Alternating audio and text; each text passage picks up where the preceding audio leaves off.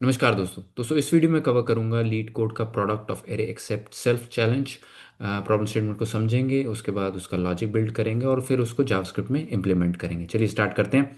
अब ये problem statement ये कहती है कि हमें एक इंटीजर एरे मिल रहा है नम्स, और हमें एक आंसर आउटपुट करना है जिसके अंदर हर एलिमेंट, जो उस आंसर एरे होगा उसका हर element should be product of all the elements of nums except the element I, the current element.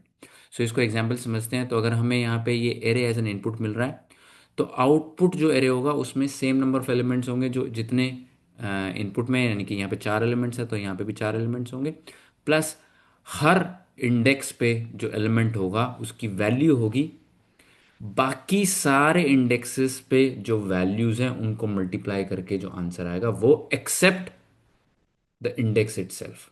Okay, so यानी कि अगर जीरोथ इंडेक्स की बात की जाए, जीरोथ इंडेक्स पे क्या वैल्यू होगी, जो इनपुट एरे के जीरोथ इंडेक्स पे वैल्यू है उसको हटा दो, उसके अलावा सबको मल्टीप्लाई करो और जो आउटपुट है वो है, यानी कि जीरोथ इंडेक्स पे होगा, जीरोथ इंडेक्स पे ये हटाया, इन सबको मल्टीप्लाई करा, आउटपुट आएगा 24। फर्स्ट इंडेक्स पे गए, फर्स्ट इंडेक्स को यहाँ से हटा दिया, 1 3 4 को मल्टीप्लाई करना है, दैट विल बी 12।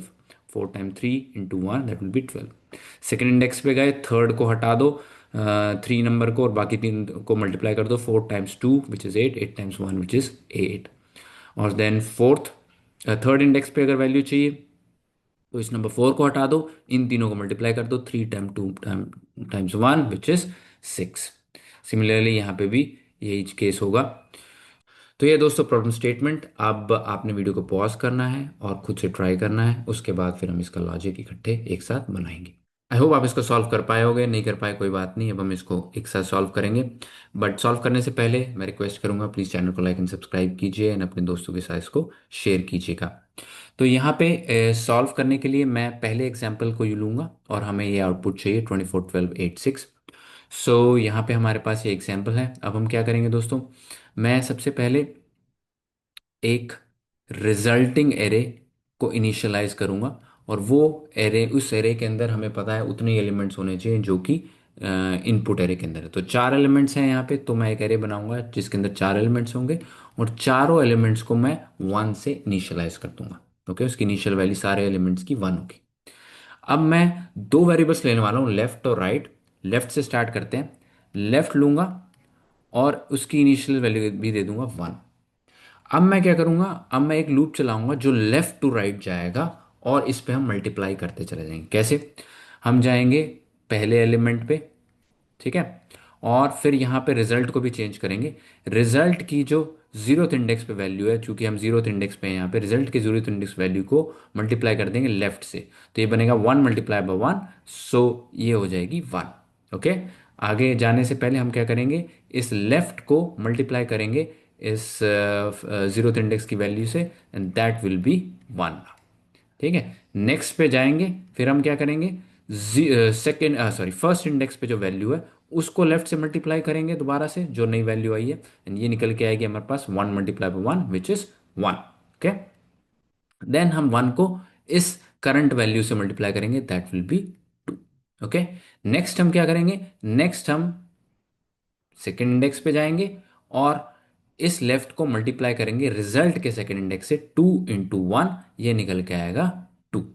फिर उसके बाद हम क्या करेंगे, 2 को मल्टीप्लाई कर देंगे सेकेंड इंडेक्स की इनपुट एरे की वैल्यू से, which will be 3, and 2 × 3 is 6।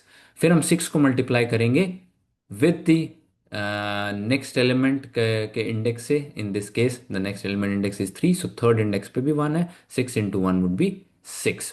And then फिर हम इसको मल्टीप्लाई कर देंगे विद 4, दैट इज 24।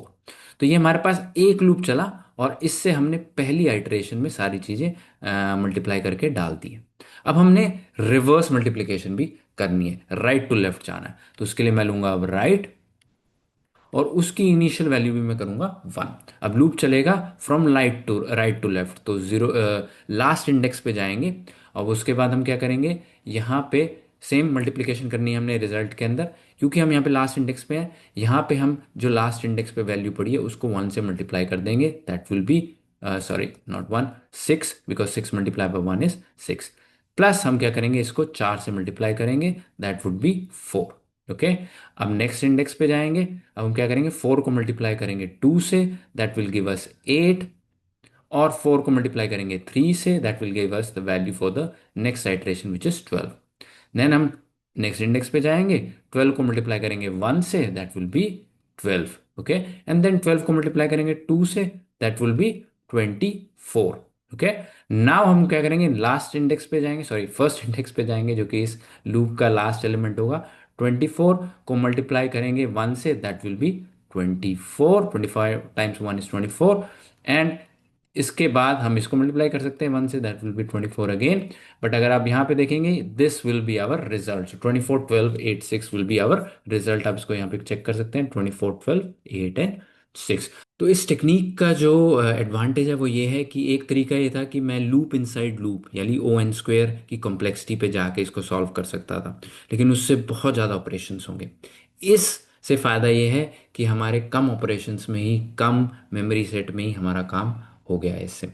चलिए इसको अब जावास्क्रिप्ट में इम्प्लीमेंट करते हैं। उसके लिए चलते हैं वीएस कोड के अंदर और यहाँ पे एक फाइल बनाते हैं, product of array dot JS करके। और जो फंक्शन का सिग्नेचर है वो हम यहाँ से कॉपी कर लेते हैं, प्रोडक्ट एक्सेप्ट सेल्फ। और मैं अभी के लिए नम्स को सिर्फ प्रिंट कर देता हूँ, कंसोल डॉट लॉग।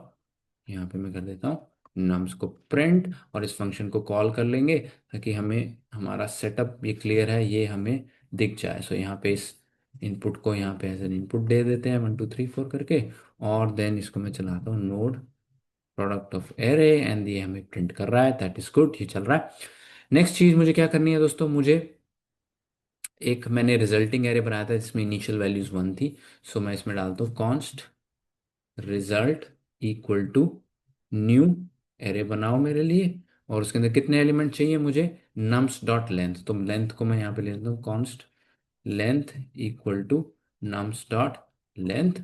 और यहाँ पे मैं लेंथ को डाल देता हूँ एरे के अंदर। एरे के अंदर इतना मेरा एरे बन जाएगा, और मैं उसको फिल करना चाहता हूँ 1 से, तो इनिशियल वैल्यू 1 होनी चाहिए। सो अब मैं इसमें कंसोल लॉग कर देता हूँ इसको, रिजल्ट को। एंड लेट्स सी ये प्रिंट करके क्या मुझे देता है। तो मुझे पास एरे बन रहा है, सेम नंबर ऑफ एलिमेंट्स हैं जितने इनपुट एरे के अंदर है, और सारे 1 से फिल्ड है। तो पहली चीज़ तो हो गई। नेक्स्ट मैंने क्या किया था, मैंने लेफ्ट एक वेरिएबल लिया था, तो उसको ले लेता हूँ let left equal to 1। Starting value इसकी 1 होगी।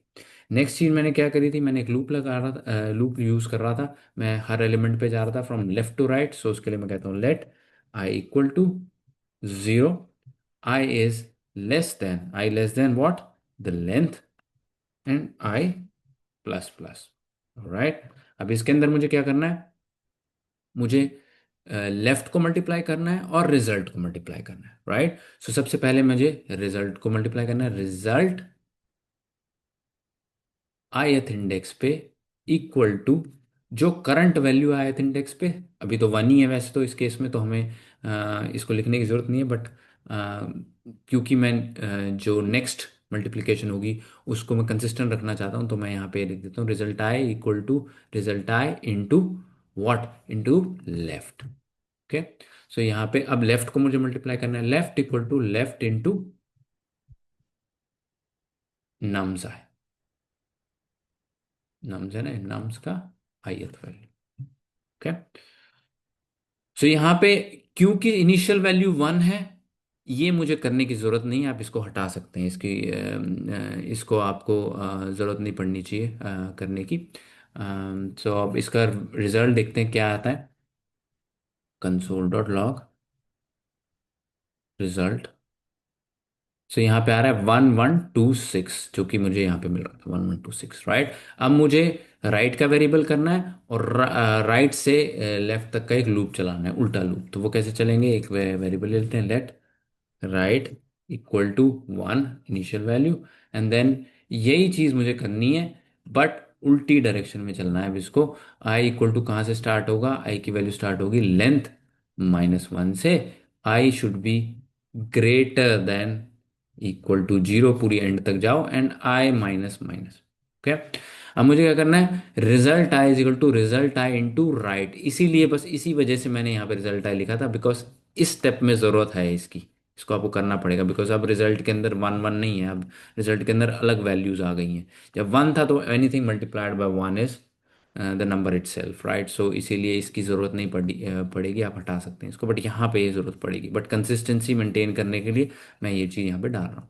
एंड देन यहाँ पे right is equal to right into nums आया हो जाएगा। तो हम जब ये करेंगे तो हमारे पास यहाँ पे आंसर आ रहा है 24 12 8 6, जो कि हमारा आउटपुट है। और इसको मैं यहाँ पे अब रिटर्न कर दूंगा, रिटर्न रिजल्ट। एंड यहाँ से मैं इसको प्रिंट कर दूंगा कंसोल डॉट लॉग, इसको दूंगा मैं। एंड यहाँ पे इसको दे देते हैं एंड देन टेस्ट टेस्ट करते हैं इसको। So for this the value is 24 12 8 6, very good. तो सेकेंड वाले को भी ले लेते हैं, जो सेकेंड इनपुट है हमारा -1 1 0 -3 3, इसको भी ले लेते हैं और यहाँ पे सबमिट कर देते हैं एंड देन चलाते हैं इसको। देन इसका आंसर आना चाहिए -0 0 9 -0 0। So 0 0 9 0 0 -0 and 0 are the same thing, so it doesn't matter. But this is the एक 9 वैल्यू है, बाकी सारी जीरोस है, राइट। सो एक 9 है, बाकी सारी जीरोस है। ओके, एंड नाउ अब हम इसको सबमिट करते हैं। कंसोल लॉग्स हटा देता हूँ, and that is it. Then यहाँ पे मैं इसको कॉपी कर लेता हूँ एंड इसको सबमिट करते हैं and submit. So which is good, and सारे हमारे टेस्ट केसेस पास हो गए हैं। So that is really good. And इस कोड का लिंक मैं डिस्क्रिप्शन में डाल दूंगा। एंड पसंद आया तो दोस्त, वीडियो पसंद आया दोस्तों तो लाइक एंड सब्सक्राइब कीजिए एंड अपने दोस्तों के साथ शेयर कीजिएगा। एंड मैं हाजिर हूँगा नेक्स्ट वीडियो में विद अ न्यू चैलेंज। नमस्ते।